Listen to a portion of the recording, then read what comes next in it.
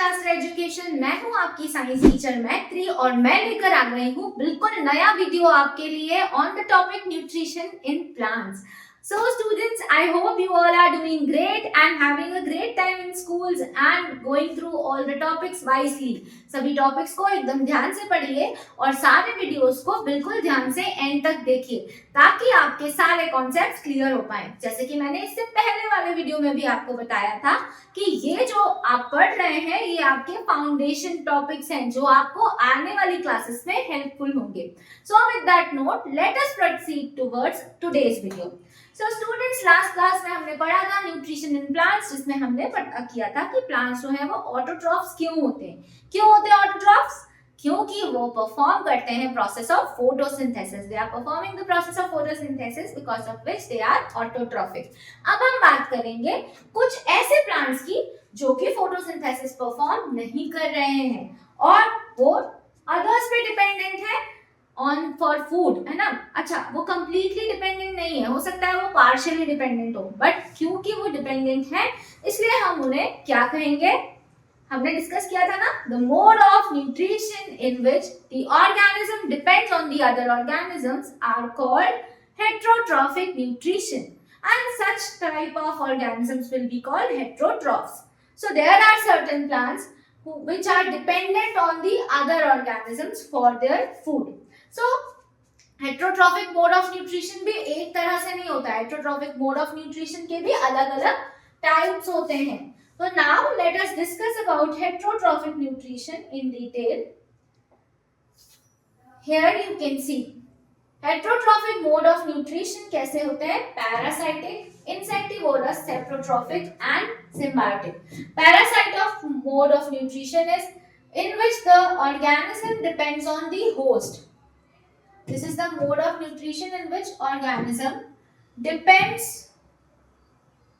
on host for their food. Okay, then there are certain plants which are catching insects, वो insects का intake करते हैं, तो उन प्लांट्स को हम इंसेक्टिवोरस प्लांट्स कहते हैं। ये प्लांट्स आपको ऐसी जगह मिलेंगे जहाँ नाइट्रोजन की डेफिशिएंसी है। So to fulfil the deficiency of nitrogen they are taking in the insects. Saprophytic plants are the plants which are dependent on dead and decaying material for the food. Okay?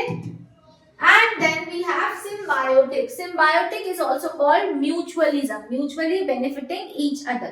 Suppose करो कि आपको एक project बनाना है और आपके friend ने आपकी help की है, ठीक है, तो आप दोनों ने एक दूसरे की हेल्प करी, एक दूसरे को सपोर्ट किया, दैट इज सिम्बायोटिक। ओके, यानी कि किसी ने ड्राइंग कर दी तो किसी ने कलर कर दिया और आप दोनों का ही प्रोजेक्ट का काम कंप्लीट हो गया। उसी तरह से सिम्बायोटिक मोड ऑफ न्यूट्रिशन में two organisms are living together mutually benefiting each other, they are not harming. Okay, यहाँ पैरासाइटिक में क्या होता है कि दो ऑर्गेनिज्म साथ में रह रहे हैं, एक होस्ट है और एक पैरासाइट है। जो होस्ट है उसकी सफिशिएंट न्यूट्रिएंट नीड को पूरी नहीं हो रहा है, क्यों?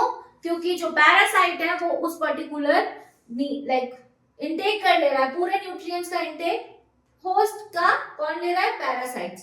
सो दैट्स व्हाई पैरासाइटिक में म्यूचुअलिज्म नहीं होता, सिम्बायोटिक और पैरासाइटिक अलग अलग होते हैं, ठीक है। अब ये let's understand about parasitic in detail. As I told you that there are some heterotrophic plants which are relying on the substances that are like parasitic, they are having all the food coming from the other plants. Kasputa is an example of such parasitic plant. Okay, then insectivorous plants, आपने pitcher plant के बारे में तो सुना ही होगा। ये जो pitcher plant होते हैं ये इस तरह से डिजाइन होते हैं कि इनमें एक पिक्चर प्रेजेंट होता है, ठीक है, वीनस फ्लाई ट्रैप। ओके, ये वीनस फ्लाई ट्रैप का डायग्राम आप देख रहे हो जिसमें एक पिक्चर है और उसमें लीव्स जो है वो मॉडिफाई इन दैट वे कि वो लिड का काम करते हैं। तो जैसे ही कोई इंसेक्ट आसपास होता है तो insect will go towards the picture, क्योंकि यहाँ पे इतनी अच्छी खुशबू आ रही होती है और आपको पता है insects are collecting nectar, they are attracted towards the fragrance coming from the plants or flowers, right? So as soon as they move towards the pitcher, then what will happen? This lid will be closed and whatever digestive enzymes and juices present within the pitcher, they will digest the whole insect and intake the nutrients which they want. Okay, so this is how a proper, यानी कि आप कह सकते हैं पूरा injection हुआ, digestion हुआ, तो ये तो एक तरह से होलोजोइक मोड ऑफ न्यूट्रिशन हो गया. Holozoic mode of nutrition is a type of nutrition जो आप नेक्स्ट चैप्टर में पढ़ने वाले हैं, जो कि एनिमल्स में होता है. इसमें हम क्या पढ़ रहे हैं, जैसे कि न्यूट्रिशन जो कि इंजेक्शन, डाइजेशन, एब्जॉर्प्शन, एसिमिलेशन और रिजेक्शन, ये सारे स्टेप्स फॉलो करता है, उसे हम होलोजोइक न्यूट्रिशन कहते हैं. तो पिचर प्लांट जो है वो इंसेक्टिवोरस प्लांट है और वीनस फ्लाई ट्रैप भी है.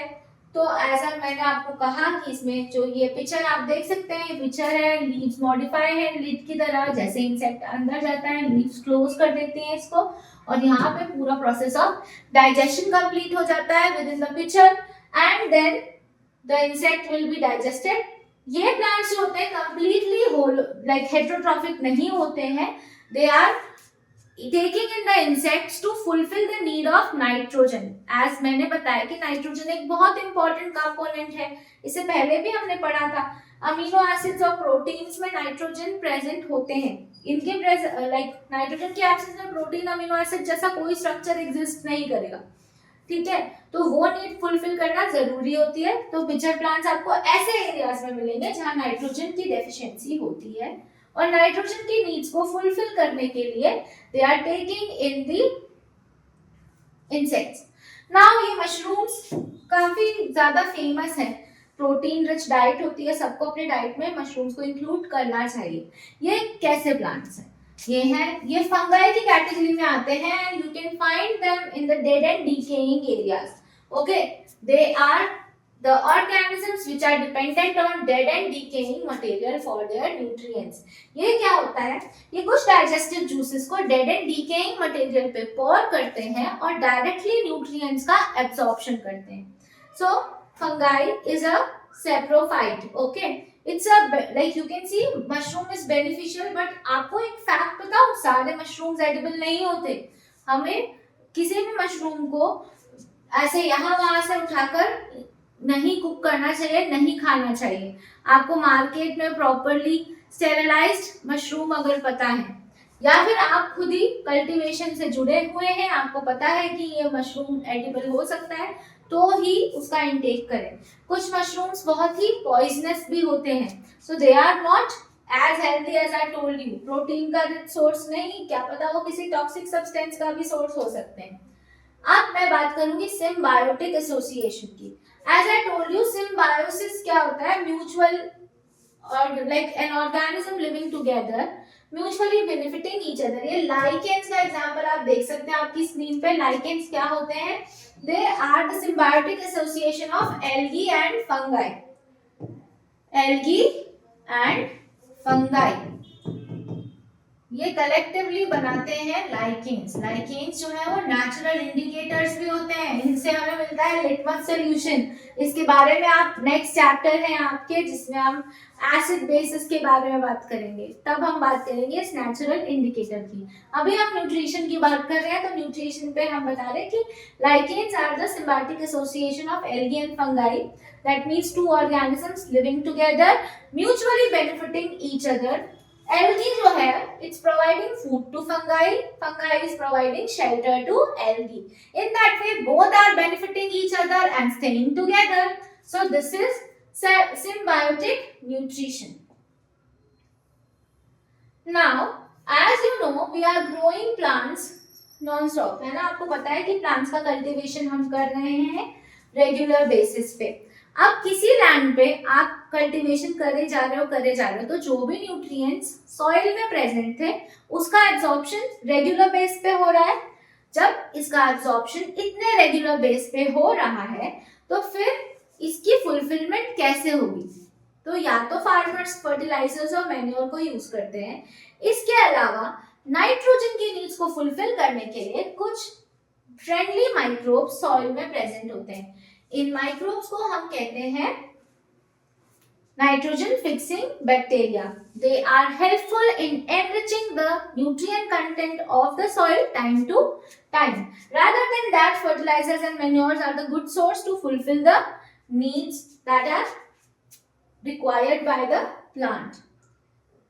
So ये नाइट्रोजन फिक्सेशन बैक्टीरिया जो रहते हैं ये नाइट्रोजन को यूजेबल फॉर्म में कन्वर्ट कर देते हैं और इसके अलावा मैन्योर फर्टिलाइजर्स वाटर की प्रेजेंस में सोल्यूबल फॉर्म में कन्वर्ट हो जाते हैं और वाटर के थ्रू प्लांट उनको एब्जॉर्ब करते हैं.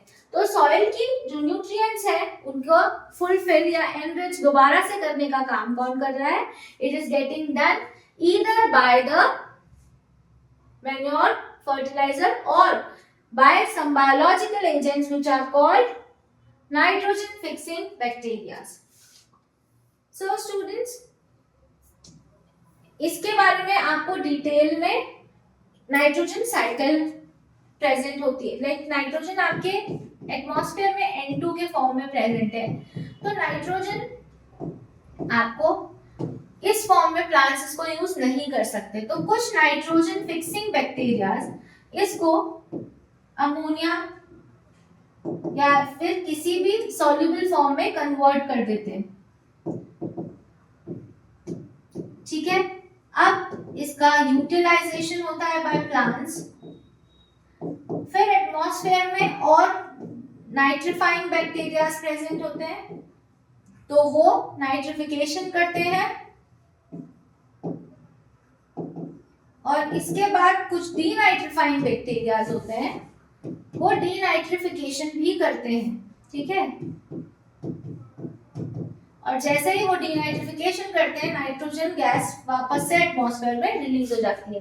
ये जो साइक्लिक मूवमेंट है नाइट्रोजन का in the atmosphere it is coming under nitrogen cycle. Now जो नाइट्रोजन फिक्सेशन बैक्टीरिया होते हैं इसका कॉमन एग्जांपल है राइजोबियम.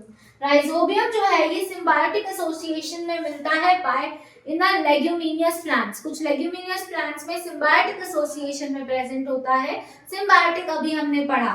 लेग्यूमिनियस प्लांट्स जो है वो क्या प्रोवाइड कर रहे हैं? Food and shelter to rhizobium. On the other hand rhizobium उनके लिए क्या कर रहा है? एटमॉस्फेरिक नाइट्रोजन को फिक्स कर रहा है. That means both of them are getting benefits. So this is the symbiosis. Okay. So students, I hope this is clear. How are we going to replenish the nutrients present in the soil?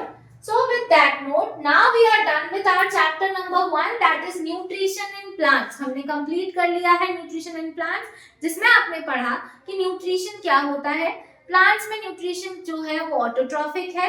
Photosynthesis क्या process है और वो कैसे complete होता है. इसके अलावा हमने कुछ हेटेरोट्रॉफिक प्लांट्स के बारे में भी डिस्कस किया. And also we learn about how are we going to replenish the lost nutrients of the soil. So I hope ये टॉपिक आपके लिए क्लियर हो गया हो. With that note, this is Maithi saying goodbye to you. Thank you so much for watching.